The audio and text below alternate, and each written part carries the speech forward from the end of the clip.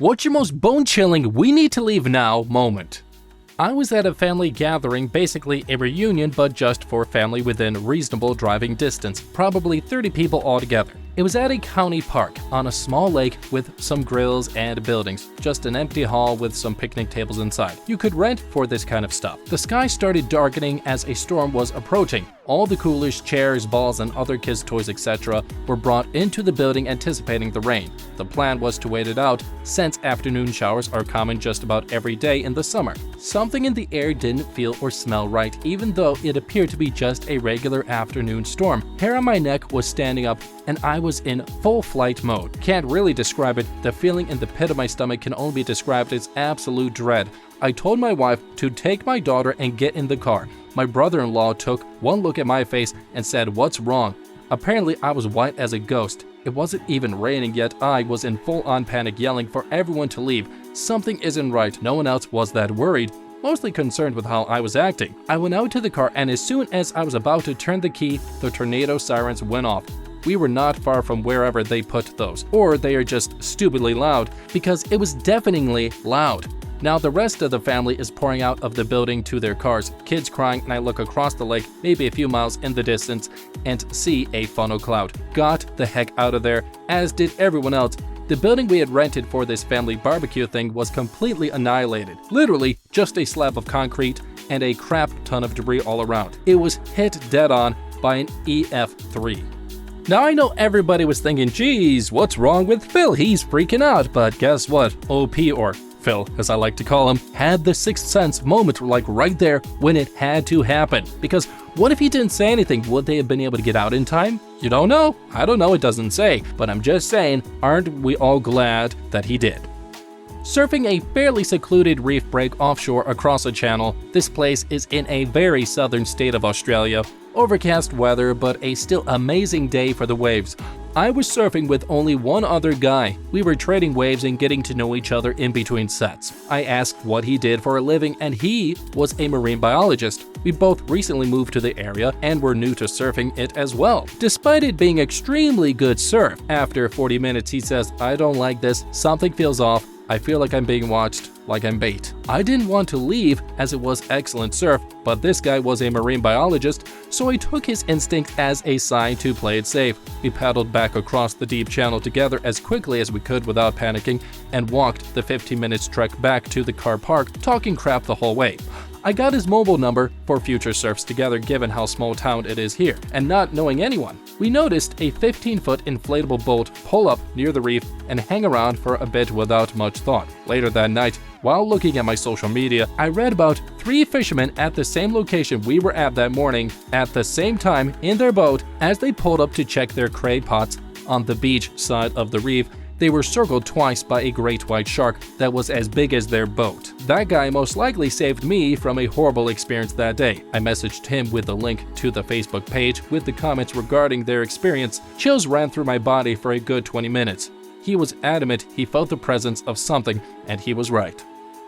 I am not going to lie, I too felt the chills while reading this. Like, OP was super lucky he was with that marine biologist who got his spidey senses all a-tingling. I'm like, super happy that happened, but like, talk about a gut feeling being on point. Glad he decided to leave because, I mean, the guy's a marine biologist. I mean, why not? You better leave, just play it safe, live another day. Instead of trading, oh, look at that, you lost a leg, I lost an arm. Same shark, yeah, same shark.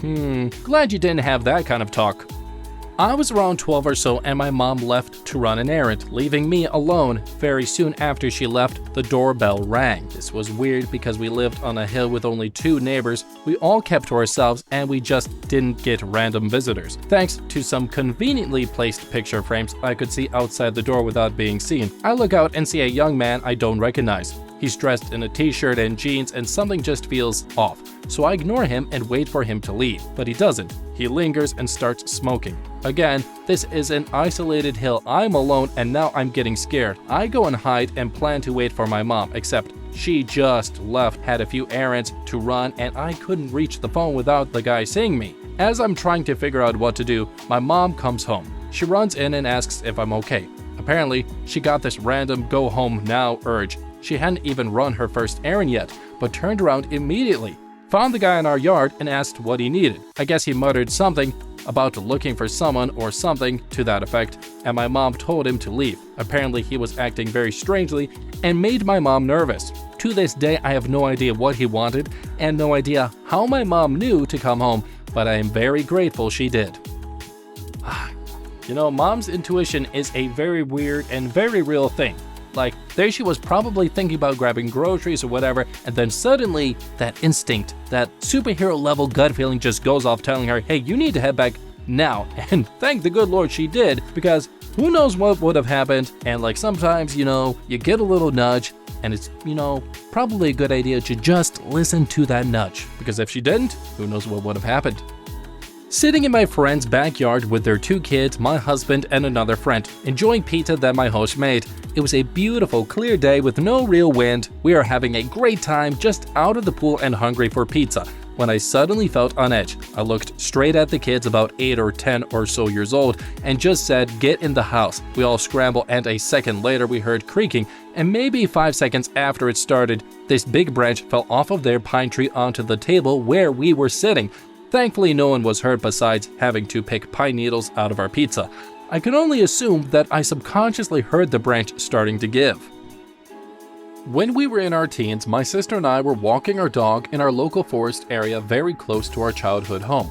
We were about to leave and had just clipped our dog back up when a lady appeared out of nowhere and started chatting to us. She was odd. She told us her dog would love some socialization with our dog, and we could go back with her for 5 minutes. What I hadn't clocked, but my sister had, was that her dog was nowhere to be seen. The lady was almost rounding us up to head back towards the forest when, little did I know, my sister had spotted a van out of the corner of her eye.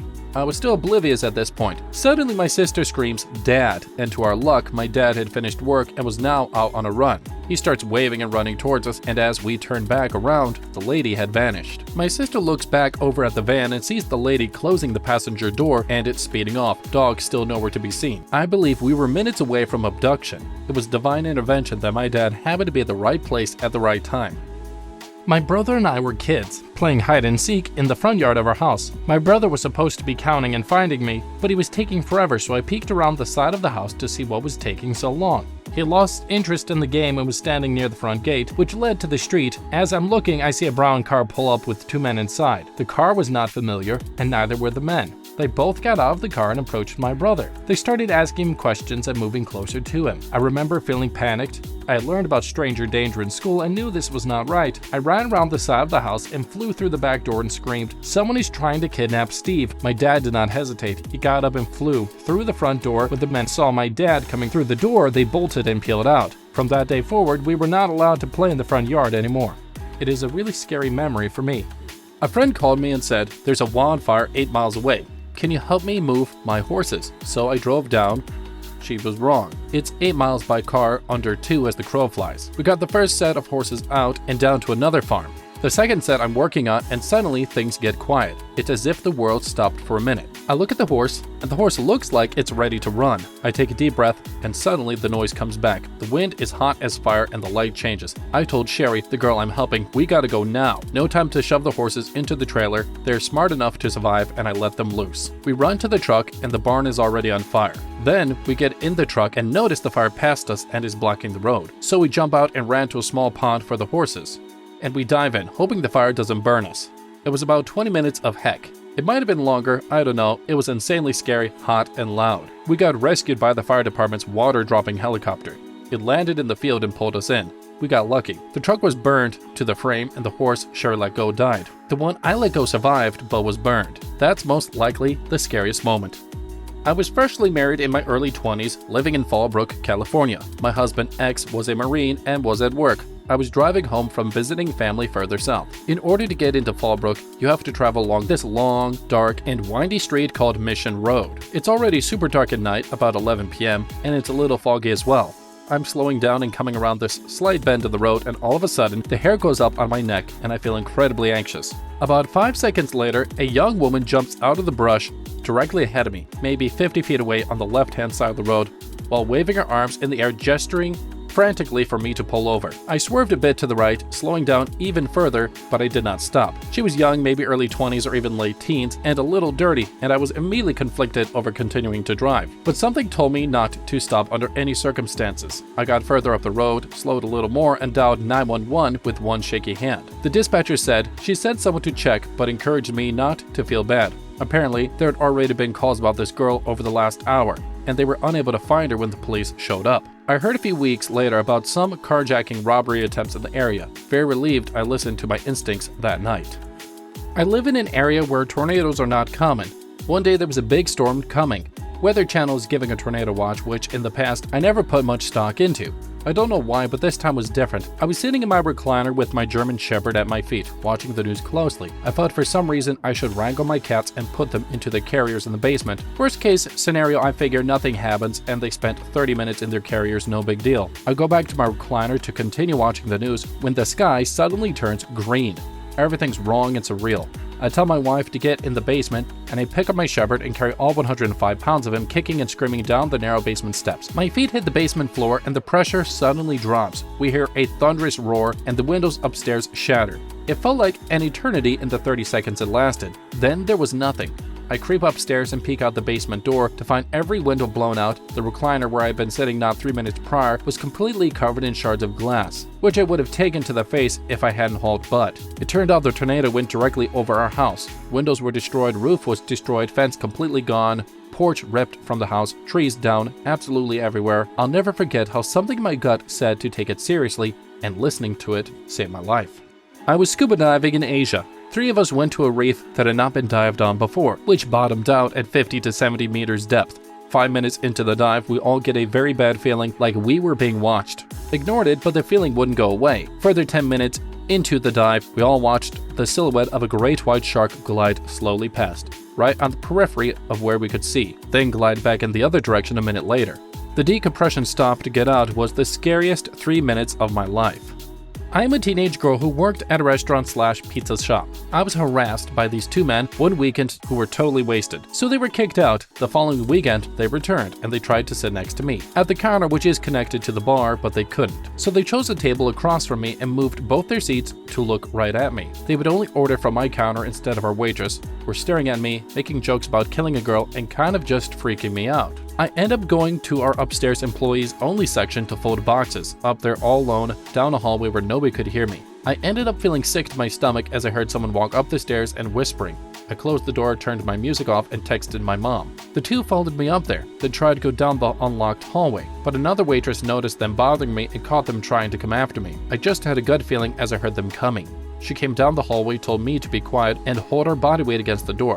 We waited for them to leave as they stood there, waiting for me to come out before making some remarks about not knowing where I was, then going back down. My dad came and picked me up early because I just felt so off. The following day, I'd come in for another shift. As I was clocking out, the TV started playing a true crime documentary on a girl with the same name as me who was kidnapped and assaulted by 2 men. My stomach dropped and shortly gave my notice after that. I realized I wasn't going to be protected there and wouldn't be surprised if they returned again.